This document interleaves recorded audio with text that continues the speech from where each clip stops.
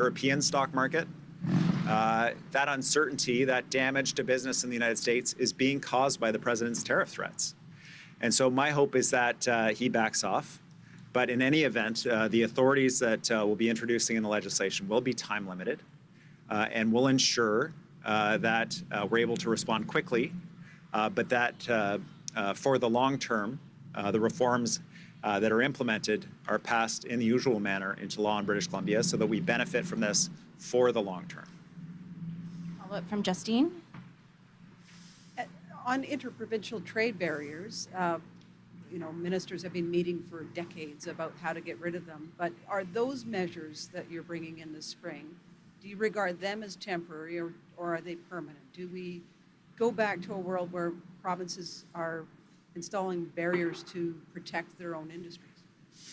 No, the reforms we'll be putting in place are permanent, and our goal is a permanent restructuring of trade across the country so that we're never in this position again. Leslie, Times columnist. Well, Premier, thank you. You've been listening to Premier David Eby announcing the next steps in BC's response to tariffs from the United States. And he also did touch on reporting and breaking news just in the last half hour, that Mexican and Canadian goods will be exempted for a month. Those are goods that are compliant with the CUSMA free trade agreement. There was a question in there from a reporter saying the U.S. president and the administration is saying that would mean about 36% of Canadian goods. No response from David Eby in terms of numbers as to what percentage of BC goods would be included in that, would be under under CUSMA and then therefore under the exemption. So we're trying to get some clarity on that. But that news breaking just in the last hour that President Donald Trump has postponed those 25% tariffs on imports from Mexico and Canada for a month, but these are the imports that are under CUSMA. It also does not apply to the auto tariffs. And as we know, there was an exemption already there for some of the automakers that we heard yesterday when it comes to automakers in the United States. And it started off with the big three and has also expanded there. That was also a 1 month exemption. As for David Eby, his announcement just now has to do with legislation that he says would allow the province to apply fees to commercial trucks that transit through BC to Alaska. And it's also aimed at removing those internal trade barriers between provinces and also allowing the province flexibility to respond quickly to new executive orders signed by the U.S. president. Okay, let's take your calls now, asking you what your reaction is to the latest response from BC and this latest reprieve, another one on some goods from Canada and Mexico. 1-800-825-5950, 604-669-3733. You can also hit pound 690 on your cell phone. Mark is on the line now from Surrey. Hi there, Mark. Hi, Michelle. Kudos for your program. It's very informative. But I'm wondering about the water that we send to Arizona and California.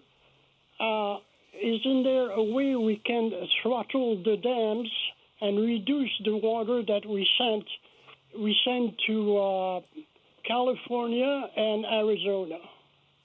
Okay, well, thank you very much, Mark. And I am not able to answer that. That would be a question for a trade expert.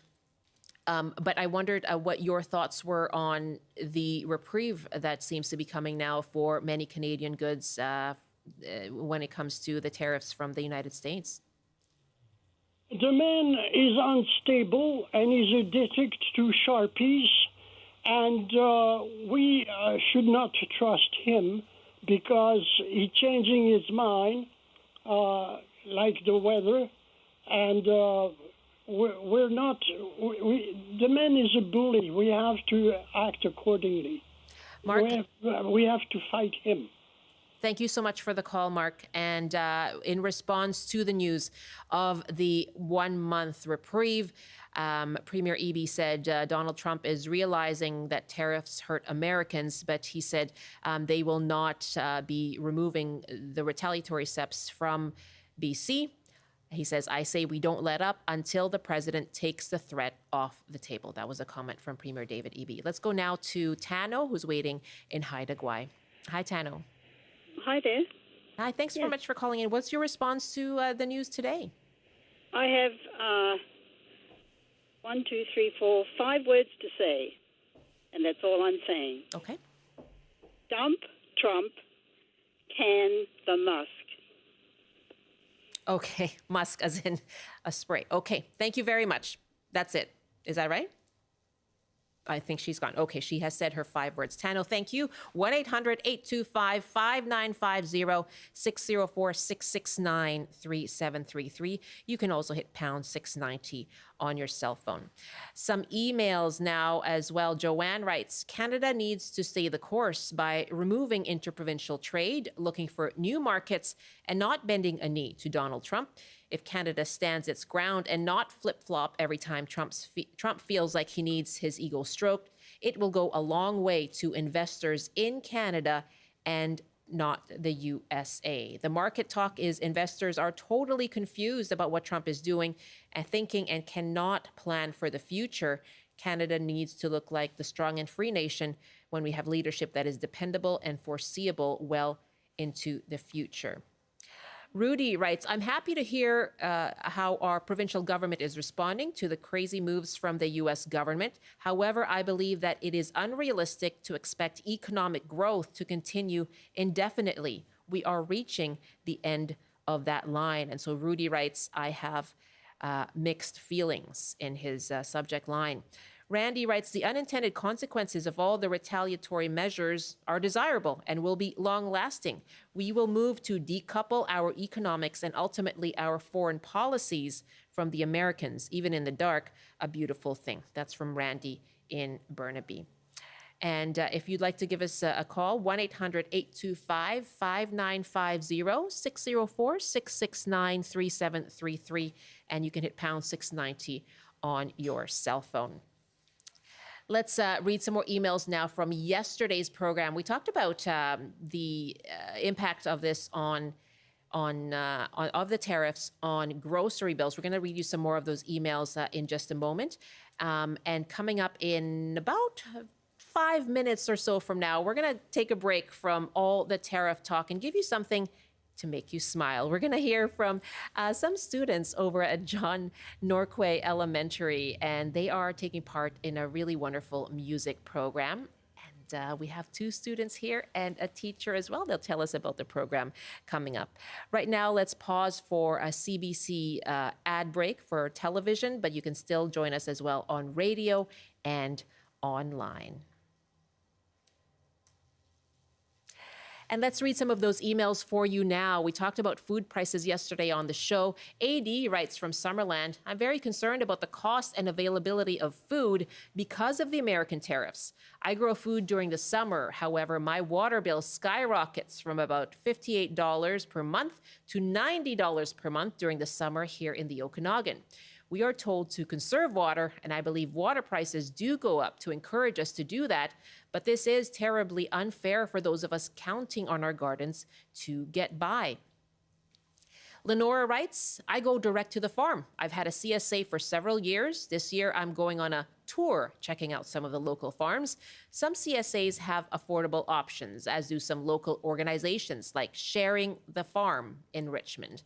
Many of the farmers are on leased lands with a lease going from year to year, so it's important to support them and our food supply. I get fish from Skipper Otto, and there are several other ways to get our fish from the fishers in our community. Oh, and some of the farmers here also sell local meat, bread, and have an array of Okanagan apples and such. One in Ladner sells frozen blueberries, also direct sell farmers of chicken in Richmond. The list goes on. I avoid the grocery store. It's also fun and social for me. I'm a senior on a fixed, modest income, but I do find this is hugely important. However, the scenario is quite different for those with a family. Lenora, thank you so much. bctoday@cbc.ca is our email address. And we'll be back with you coming up in just a moment to talk more about the tariffs, but also hear about a really lovely music program in Vancouver.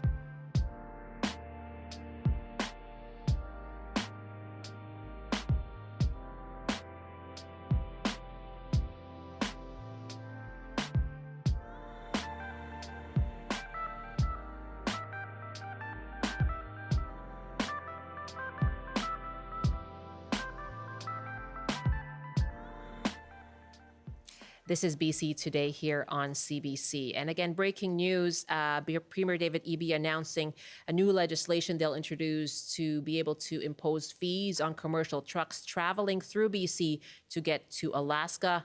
Also ways to respond rapidly to executive orders from President Donald Trump. But yet more news today, President Donald Trump saying there will be a 1-month delay in those 25% tariffs on some Canadian goods as well as Mexican. And these would be goods that are applied or under the CUSMA trade agreement. And we'll continue to follow that story for you, of course, throughout the day here on CBC.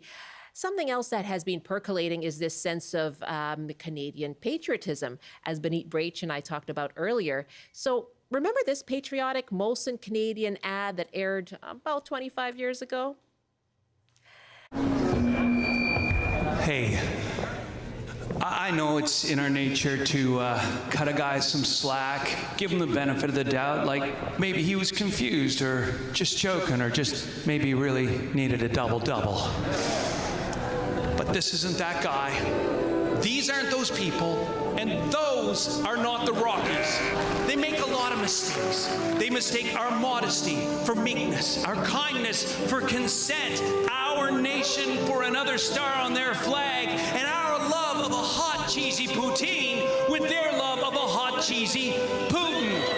They think they can bully us, threaten us, and push us around, but they do not know us. That artificially drawn line they keep talking about, not artificial, and it's not on a map. It's right here. This is the land that Terry ran, the land that Gord sang about. This is the birthplace of peanut butter and ketchup chips and yoga pants. It is the land of universal health care and the bench clearing for all, of innovation and optimism and getting her done. This is the land of the peacekeeper and the Shawinigan handshake. Are we perfect? No, but we are not the 51st anything. We are the first to unite in a crisis, the first to build bridges, not walls, and the first to stand on guard for thee. My name is Jeff, and we are Canadian. Thank you. That is Jeff Douglas, who was in that ad from 25 years ago, Molson Canadian ad, the I Am Canadian ad. This is a redux of that ad to kind of tap into the patriotism among Canadians right now. Jeff Douglas is from Nova Scotia, and of course he starred in that ad back in 2000. It was called The Rant. It was a huge success at the time. He has now redone that ad. It's had more than 43,000 views on his YouTube page.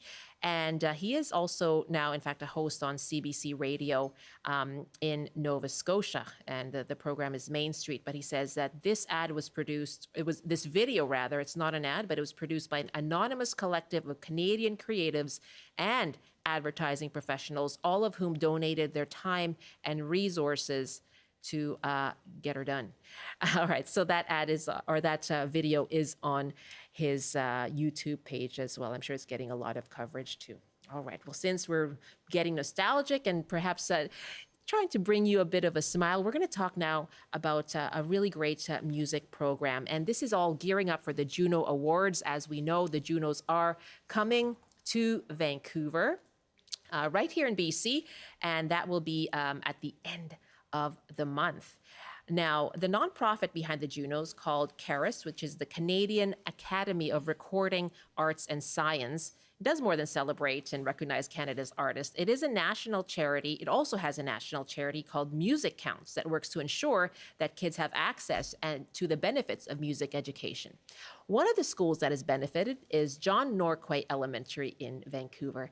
And I am so pleased to welcome today 3 members of the school. Ruby Ba is a music and early Mandarin teacher at John Norquay Elementary. April Wong is a grade 7 student in the music program.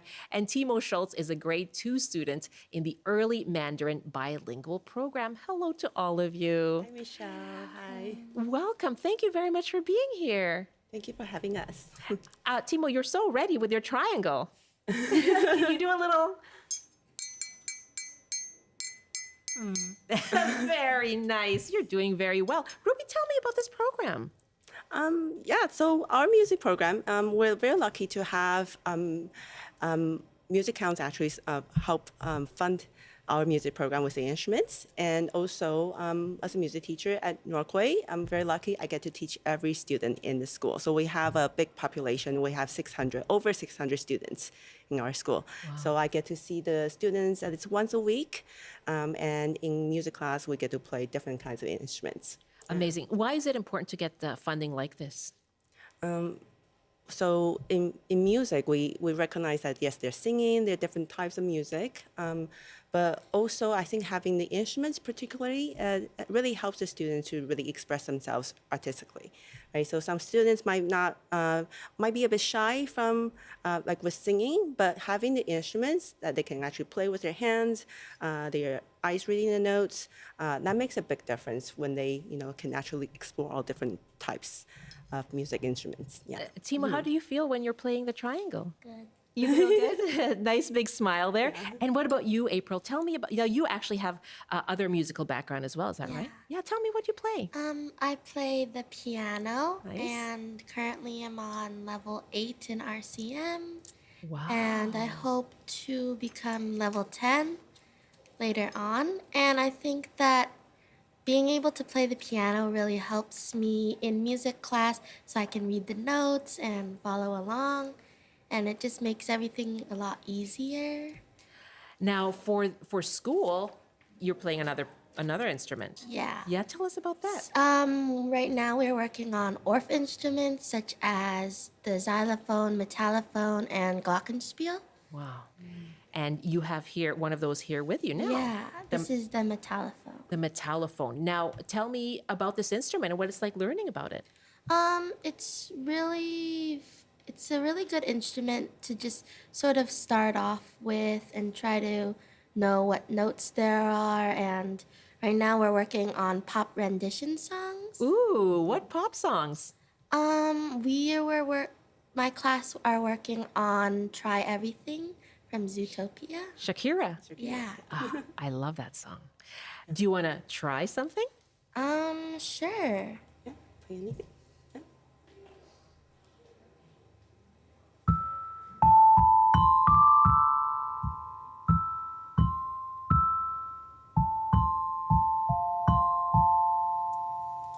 Wow.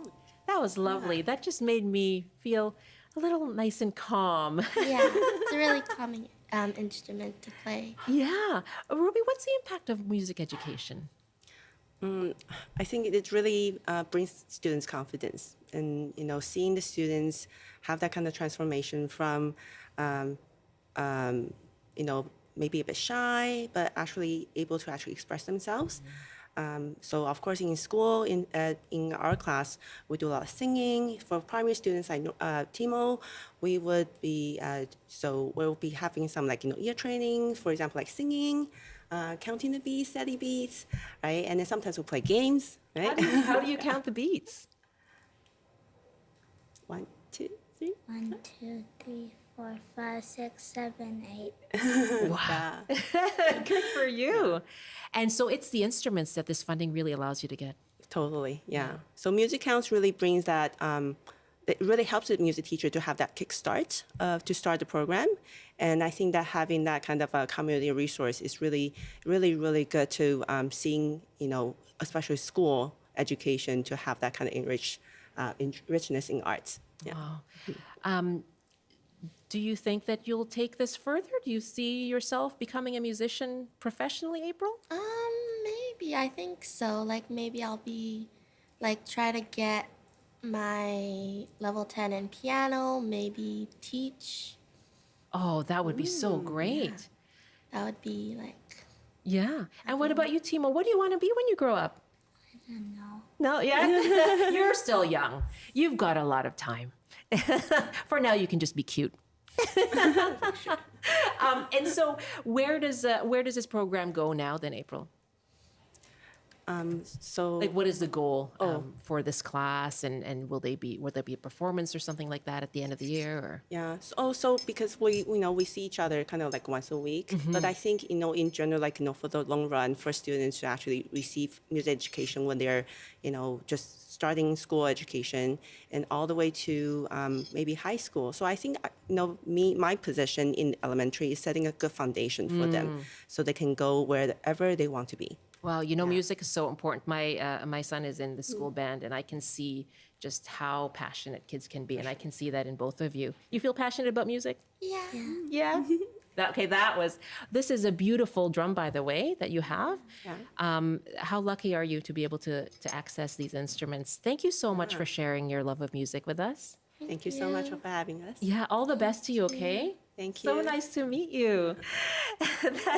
Now, that's Ruby Bao's a teacher at John Norquay Elementary, Timo Schultz, a grade 2 student at the school, April Wong, a grade 7 music student there as well, also plays piano. Oh, they are just so lovely and brought a smile to my face.